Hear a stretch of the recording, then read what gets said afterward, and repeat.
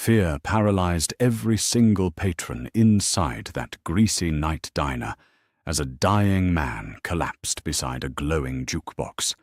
They recognized his aristocratic face instantly. Terrified, nobody moved to help this bleeding mafia boss. Nobody except one heavy-set night waitress who stepped forward and looked him in the eye. Rain lashed against the greasy front windows of Pappy's 24/7 eatery on the outskirts of South Philadelphia, distorting the neon sign into a bleeding red smear.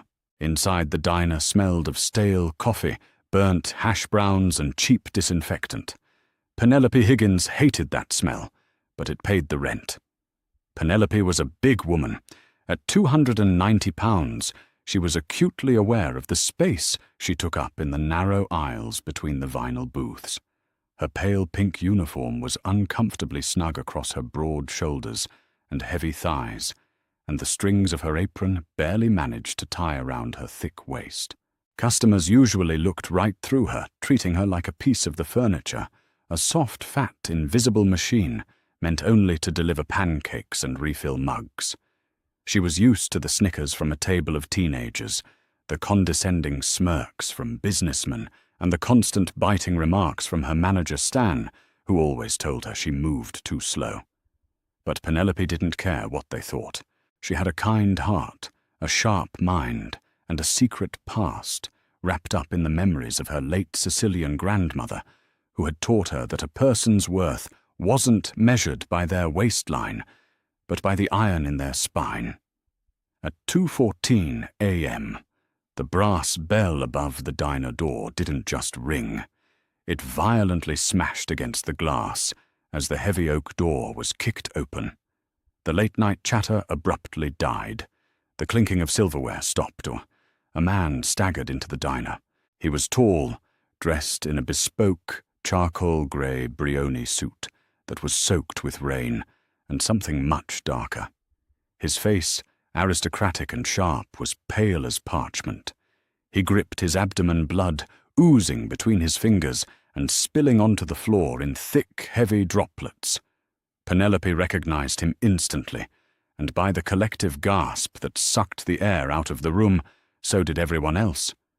It was Matteo Rossi. He was the undisputed head of the Rossi crime syndicate, a man who owned half the judges in the city, and had a reputation so ruthless that people crossed the street when they saw his black Lincoln Navigator approaching. The local news had been buzzing for weeks about a vicious turf war between the Rossis and the rival Moretti family. Tonight it seemed the war had spilled onto Broad Street. Matteo took 2 agonizing steps forward and collapsed against a corner booth, sliding down the cracked vinyl until he hit the floor with a heavy thud. He left a smeared trail of crimson down the side of the table. Panic erupted, silent and cowardly.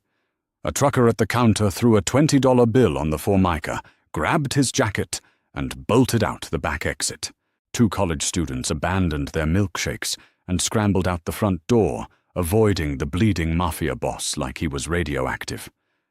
Stan, the manager, let out a pathetic squeak and ducked behind the cash register, frantically locking the metal grate over the till and crouching on the floor, trembling. No one moved to help him. To touch Matteo Rossi was to invite the wrath of whoever had just put a bullet in his gut. Matteo's vision was blurring. The edges of the diner were fading into black. He could hear the rain outside and the cowardly shuffling of footsteps as the last few patrons abandoned him to die on a dirty diner floor. He coughed a wet, rattling sound, tasting copper in the back of his throat. He had been set up. His own capo had sold him out to the Morettis. "Aiutami!"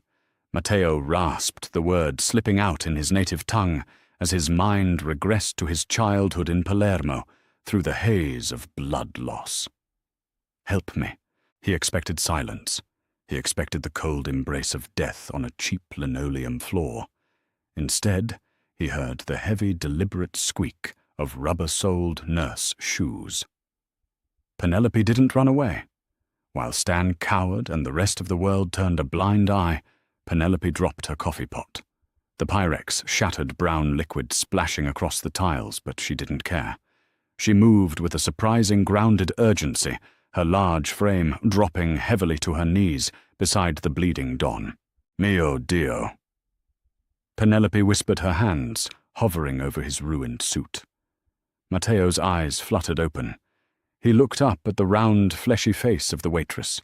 Her cheeks were flushed red, her double chin prominent as she looked down at him, but her brown eyes were fiercely intelligent and completely devoid of fear. "Signore mi sente?" Penelope asked, her voice steady and her Sicilian dialect absolutely flawless. "Sir, can you hear me?" Matteo blinked, shocked. The last thing he expected in a run-down Philly diner was a fat American waitress speaking perfect unaccented Italian. "Tranquillo, ci penso io." Penelope continued her tone, authoritative yet deeply soothing.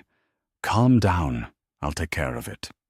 They are coming," Matteo choked out in English, coughing up a fleck of blood onto his chin. "Moretti's men. They followed." Penelope didn't hesitate. Society might have written her off as a slow, lazy woman, but they didn't know the sheer physical strength she possessed. She had spent years carrying the weight of the world and her own body without breaking. "Stan!" Penelope roared, her voice booming through the diner. "Get out from behind that counter and help me lift him!" "Are you crazy, Penny?" Stan shrieked from the floor. "That's Rossi. If they find us with him, we're dead. Leave him." "You cowardly piece of garbage," Penelope spat. She looked back down at Matteo. "All right, Mr. Rossi. This is going to hurt like hell, but you need to help me. On 3, you push, I pull." Penelope grabbed Matteo by the lapels of his ruined $1,000 suit. She planted her thick legs using her low center of gravity and her substantial weight as leverage. "Uno, due, tre." With a mighty heave, Penelope yanked upward. Matteo let out a stifled roar of agony, his boots scrambling for purchase. Despite his 200-pound frame of pure muscle, Penelope hoisted him up, throwing his heavy arm over her wide shoulders. She wrapped her thick arm around his waist, pressing her soft side against his bleeding ribs, acting as a human crutch. "Walk!" she commanded. Together, the bleeding Mafia boss and the fat diner waitress stumbled toward the back hallway, just as the screech of tires echoed from the parking lot outside. The heavy steel door of the walk-in freezer slammed shut behind them, cutting off the ambient noise of the diner and plunging them into near-freezing darkness, save for the single flickering fluorescent bulb overhead. Penelope eased Matteo down onto a stack of cardboard boxes filled with frozen French fries. He groaned his head, lolling back against the frost-covered aluminum wall. His breath plumed in the frigid air. "Hold this," Penelope ordered, grabbing a stack of clean, heavy-duty bar towels from a prep shelf just outside the door before she had closed it. She balled them up and pressed them hard against the gunshot wound in his lower left abdomen. Matteo hissed, his fingers gripping her thick wrist with surprising strength. You speak like my mother," he managed to say, his dark eyes locking onto hers, studying the sweat beading on her forehead, despite the cold. "My nonna was from Palermo," Penelope said briskly, not pulling her hand away. "She taught me the old language. Taught me not to walk away when someone's bleeding out like a stuck pig, either. Keep the pressure on." Matteo obeyed his hand, covering hers, pressing the towels into his flesh. He watched her move. She was out of breath, her large chest heaving, but she didn't look panicked. She looked angry. She grabbed a roll of industrial duct tape from a utility shelf in the corner. Suddenly, the muffled sound of the diner's front door being kicked open echoed through the heavy walls of the freezer. Matteo went entirely still. Penelope froze the duct tape in her hand. They could hear heavy footsteps out in the dining area, voices loud and aggressive. "Where is he?" a rough voice barked. It was Dante, one of the Moretti family's most notorious hitmen. Penelope could hear Stan crying. "I don't know. He just walked in and then went out the back. I swear to God, you're lying, you greasy little rat. There's blood on the floor. It stops at the hallway." Inside the freezer, Matteo reached into his shoulder holster, his movements agonizingly slow. He pulled out a sleek black Glock 19, but his hands were shaking so violently from blood loss and the freezing temperature that he nearly dropped it. Penelope gently took the gun from his trembling hands. "What are you doing?" Matteo whispered, his voice barely a breath. "You can't even hold it," Penelope whispered back, slipping the heavy firearm into the deep, wide pocket of her pink uniform apron. It weighed her down, but she didn't flinch. "I'm going out there." "No," Matteo commanded, coughing weakly. "They will kill you. You are just a woman." Penelope looked down at him, a bitter, sad smile touching her lips. "Mr. Rossi, look at me. Look at my size. Men like that, they don't see me as a threat. They don't see me as a woman. They don't see me at all. I'm just a fat fixture in a diner. I'm invisible." Before Matteo could stop her, Penelope turned and cracked the freezer door open, slipping out into the back hallway and pulling the heavy steel door completely shut behind her. She took a deep breath, instantly altering her posture. She let her shoulders slump, widened her eyes to look terrified and stupid, and waddled out into the main dining area, holding a dirty mop she grabbed from the utility closet. Dante and another thug, a massive bruiser named Carmine, had Stan pinned against the pie display case. Dante held a snub-nosed revolver pressed under Stan's chin. "I'll ask you one more time," Dante growled. "Where is Rossi?" "Oh, my lord!" Penelope shrieked, dropping the mop with a loud clatter. The two hitmen spun around, aiming their weapons at her. Penelope threw her hands up her thick arms, trembling. She forced tears into her eyes, making herself look as pathetic, frightened and helpless as possible. "Please don't shoot. I just work here. I'm just the night girl." Dante looked her up and down, his lip curling in obvious disgust. He took in her stained pink uniform, her flushed round face, and her heavy frame. Just as Penelope predicted, his eyes immediately registered her as worthless a non-threat. "Shut up, Shamu," Carmine sneered, lowering his gun slightly. "Where's the guy in the suit who just came in here?"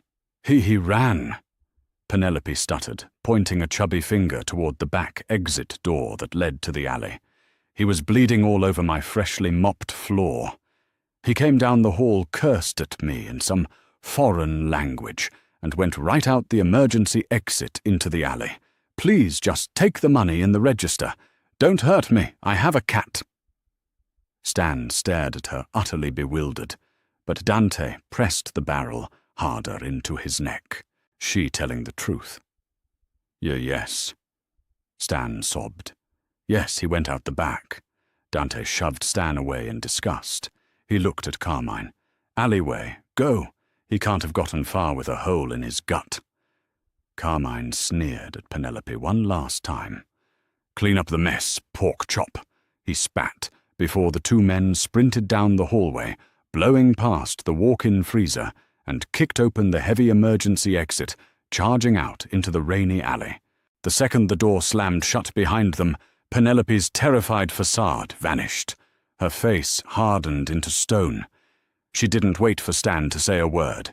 She moved with shocking speed for a woman her size, rushing back to the kitchen and ripping open the freezer door.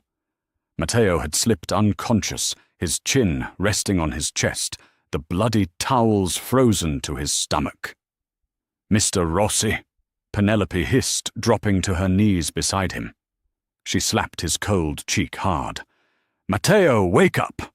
Matteo gasped, his eyes flying open in wild panic. He looked at Penelope, taking a moment to realize where he was. He was shivering violently now, the freezer's temperature dropping his core heat dangerously low, exacerbating the shock from the gunshot wound. "You're alive," Matteo whispered, genuinely astonished. "For now," Penelope said grimly.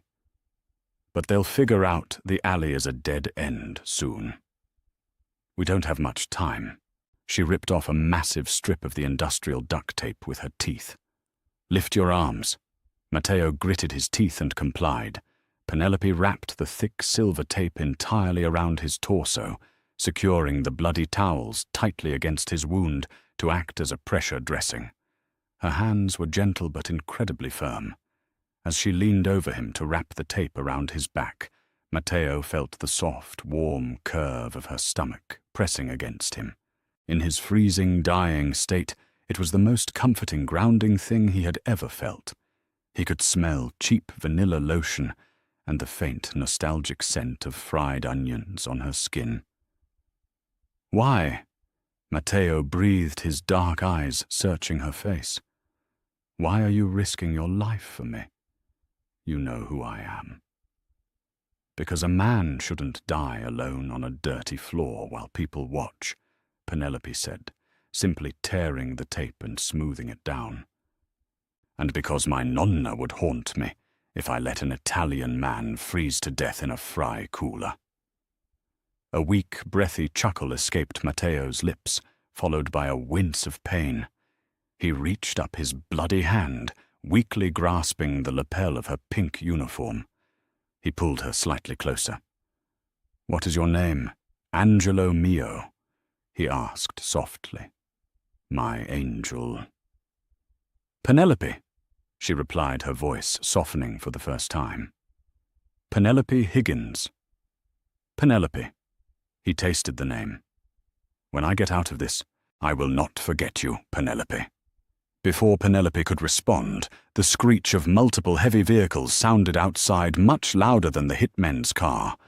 The heavy thud of car doors slamming shut echoed through the walls, followed immediately by the deafening rapid-fire staccato of automatic weapons. Matteo's eyes lit up with a dangerous fire, despite his pale skin. "Enzo," he whispered. "My brother. He found me." The gunfire outside lasted for only 30 agonizing seconds before silencing abruptly.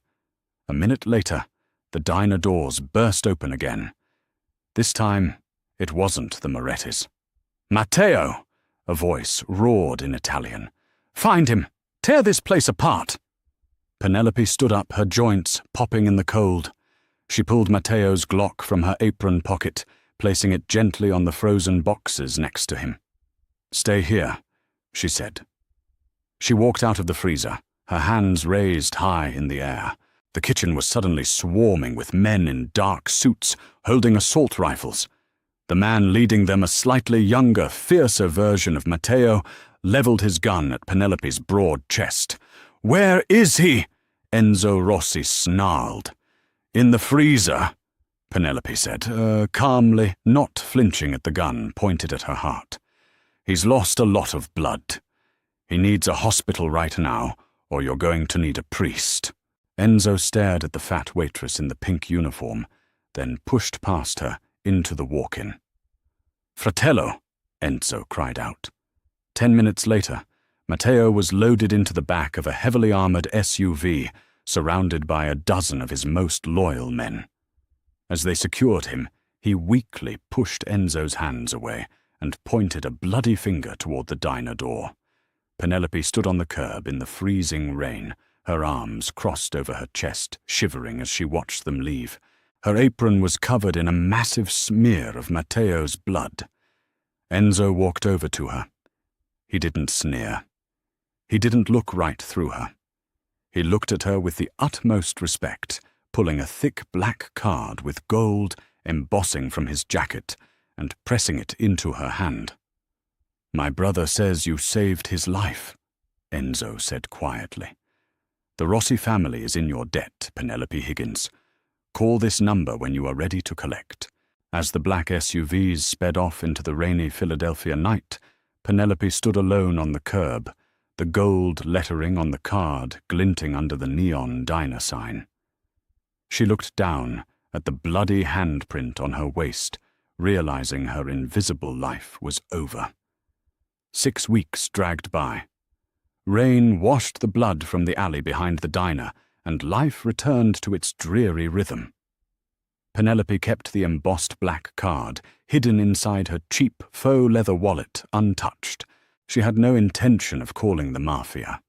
She just wanted to survive her shifts, pay her rent for her tiny walk-up on Tasker Street, and fade back into the comfortable invisibility of her daily routine. Unfortunately, visibility is a funny thing. Once the veil is pierced, it cannot be easily repaired. Stan fired her on a Tuesday.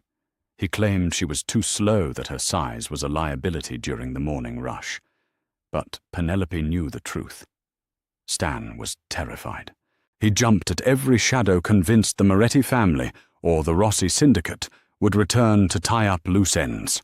By firing her, the cowardly manager hoped to sever his own ties to that brutal night. Unemployment hit hard. Rent was past due, and Penelope found herself surviving on cheap ramen and discounted bread from the corner bodega. She sat on her sagging sofa, one chilly Thursday evening, staring at the black card resting on her chipped coffee table. The gold lettering taunted her. Rossi. A heavy knock rattled her front door. Penelope frowned, pushing her heavy frame off the sofa. She wasn't expecting anyone, certainly not her landlord, who usually just slipped angry notes under the crack. She peered through the foggy peephole. Her blood ran ice-cold. Standing in the dim hallway was Dante, the Moretti hitman, with the snub-nosed revolver. Beside him was Carmine. They had realized her deception. Word on the street had likely confirmed that Matteo Rossi was recovering privately at his estate, heavily guarded, which meant he had survived the night he visited Pappy's diner. The trail had led right back to the fat waitress who played dumb. "Open up pork chop." Carmine's muffled voice slithered through the cheap wood. "We know you're in there. We just want to have a little chat about the night you suddenly forgot how to speak English." Panic seized her chest, but Penelope swallowed it down. She backed away toward the kitchen, her eyes darting around for a weapon. She grabbed a heavy cast-iron skillet from the stove.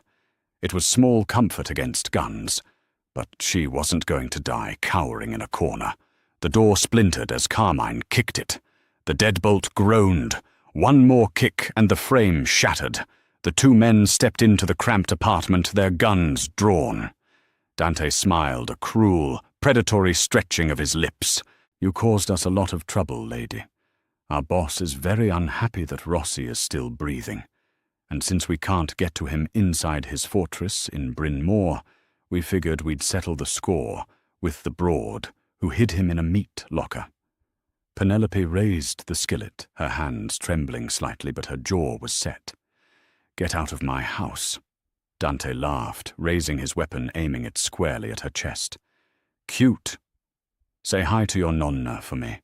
Before Dante's finger could squeeze the trigger, the hallway outside exploded into violence. A suppressed gunshot coughed thwip, and Carmine's knee blew out in a mist of crimson. He screamed, collapsing to the cheap carpet. Dante spun around, firing blindly into the hall, but a massive figure in a tailored suit tackled him through the doorway, slamming him brutally against Penelope's drywall. The gun clattered across the linoleum. Penelope watched in stunned silence as Enzo Rossi pinned Dante by the throat, pressing the barrel of a Sig Sauer directly between the hitman's eyes. Behind them, stepping calmly over the groaning Carmine, was Matteo. He looked entirely different from the dying man in the diner. He wore a flawless navy blue canali suit, a silk pocket square tucked neatly over his chest, his dark hair perfectly styled. The only sign of his recent brush with death was the slight stiffness in his posture and the silver-handled cane he leaned on. "I told you I would not forget you, Penelope," Matteo said, his deep, rumbling voice filling the tiny apartment. He looked at Dante with absolute disgust. Kill them both. Leave the bodies in Moretti's driveway." "No," Penelope shouted, shocking everyone in the room. Matteo raised an eyebrow, motioning for Enzo to pause. "No. Not in my apartment," Penelope said, her chest heaving, the skillet still gripped tightly in her hand. "I won't have their blood staining my rug. My deposit is already completely gone." Matteo stared at her for a long, silent moment. Then a rich, genuine laugh erupted from his chest. It was a beautiful sound, warm and entirely unexpected. He looked at Enzo and nodded. Enzo hauled Dante to his feet, dragging him and the whimpering Carmine out of the apartment by their collars, tossing them to a crew of waiting men in the stairwell. Matteo stepped closer to Penelope, gently taking the heavy cast-iron pan from her hand and setting it on the counter. He looked down at her, his dark eyes tracing the soft curves of her face, the flush of her cheeks, the fierce, unyielding fire in her brown eyes. "You never called the number," Matteo observed softly. "I don't want Mafia money," Penelope replied, crossing her thick arms, trying to ignore how intensely he was staring at her. "I did what I did because it was right, not for a reward." "I know," Matteo said, his voice dropping an octave, stepping into her personal space. "That is exactly why I came to find you. The men in my world are loyal to my power, my money and my guns. You had nothing to gain and everything to lose, yet you stood between me and death. You carried me. You hid me." He reached out his warm, calloused fingers, gently touching her cheek. Penelope shivered. No man had ever touched her with such reverence. Usually men looked at her with disgust, or ignored her entirely, viewing her size as a barrier to humanity. Matteo looked at her as if she were a goddess carved from marble. "Pack a bag," Matteo commanded gently. "You are not safe here anymore. The Morettis know who you are. From this moment on, you are under my protection." "I can't just leave my life," she protested, though her heart was hammering against her ribs. "What life?" Matteo asked, looking around the dilapidated apartment. "The job that fired you, the landlord who ignores you, the city that walks right past you. Penelope, you saved a king. It is time you lived like a queen." The Rossi estate in Bryn Mawr was a sprawling, gated compound of limestone and wrought iron. It was surrounded by ancient oak trees and heavily armed guards. For the first 2 months, Penelope felt like an imposter. She was given a massive suite with a huge bed silk robes that actually accommodated her wide hips and access to a private chef. The chef wept with pure joy when Penelope began teaching him her authentic Sicilian family recipes. Matteo was a constant and intoxicating presence in her new life. He did not hide her away like a shameful dark secret. Instead, he paraded her proudly. Their first public appearance was at a charity gala hosted at the Grand Union League of Philadelphia. This was a neutral ground where rival syndicates and corrupt politicians mingled freely over expensive champagne. Penelope was completely terrified. She wore a custom-made deep emerald gown that flowed elegantly over her curves. Her hair was swept up in a sophisticated twist. When Matteo walked in with her on his strong arm, the ballroom went dead silent. Penelope could feel the judgmental stares of the thin Mafia wives. She heard their vicious and cruel whispers perfectly well. "Look at the massive size of her. She is incredibly huge. What is the Don doing with a blimp? Is this a sick joke?" Penelope wanted to shrink to look at the floor and to make herself as invisible as possible. But Matteo tightened his grip on her thick waist. He leaned in close, his warm lips brushing her ear. "Keep your head up right now," he whispered fiercely into her ear. "They whisper because they are starving, weak, and entirely replaceable. You are none of those things. You are the strongest woman in this entire room. Let them look." Penelope took a deep breath, squaring her broad shoulders. She lifted her chin confidently, locking eyes with a sneering socialite, until the smaller woman looked away in absolute submission. Matteo smiled proudly, kissing her cheek in front of the entire underworld. That night marked a massive shift. The Rossi family men treated Penelope with absolute reverence. They called her Donna Penelope. They opened doors for her, asked her advice, and respected her sharp mind. But the Moretti family was not finished yet. A peace summit was arranged exactly 3 weeks later. It was held at a private high-end Italian restaurant in Center City. Matteo Enzo and Penelope attended meeting with Don Moretti to negotiate a permanent ceasefire. The tension in the room was completely suffocating. Penelope sat quietly at the grand table sipping her cold water. She noticed things that others missed easily. She was very used to observing people while fading into the background. She watched the Moretti servers closely. They were sweating profusely. Their eyes kept darting toward the exits. When the massive silver platter of veal saltimbocca was brought out, the head waiter placed it directly down. He set it right in front of Matteo. The hand of the waiter was shaking violently. "Eat now, Matteo," Don Moretti smiled, revealing a greasy grin. "Let us break bread and end this war tonight." Matteo picked up his silver fork, nodding graciously. "Stop right there." The voice of Penelope cracked like a loud whip across the silent room. Matteo froze instantly, his fork inches from the meat. Everyone stared at her. "What is the meaning of this rude outburst?" Don Moretti growled, his ugly face flushing red. "Control your fat whore, Rossi." Enzo stood up quickly, his hand going straight to his hidden weapon. Penelope simply sat and stared. Can you believe how Penelope turned the tables on the entire Mafia underworld, using the exact thing they judged her for? Her incredible observation skills and fierce courage proved that true power doesn't come in a specific size. If you loved this intense, twist-filled romance about an underestimated heroine claiming her crown, smash that like button, share it with your fellow drama lovers, and subscribe for more jaw-dropping stories.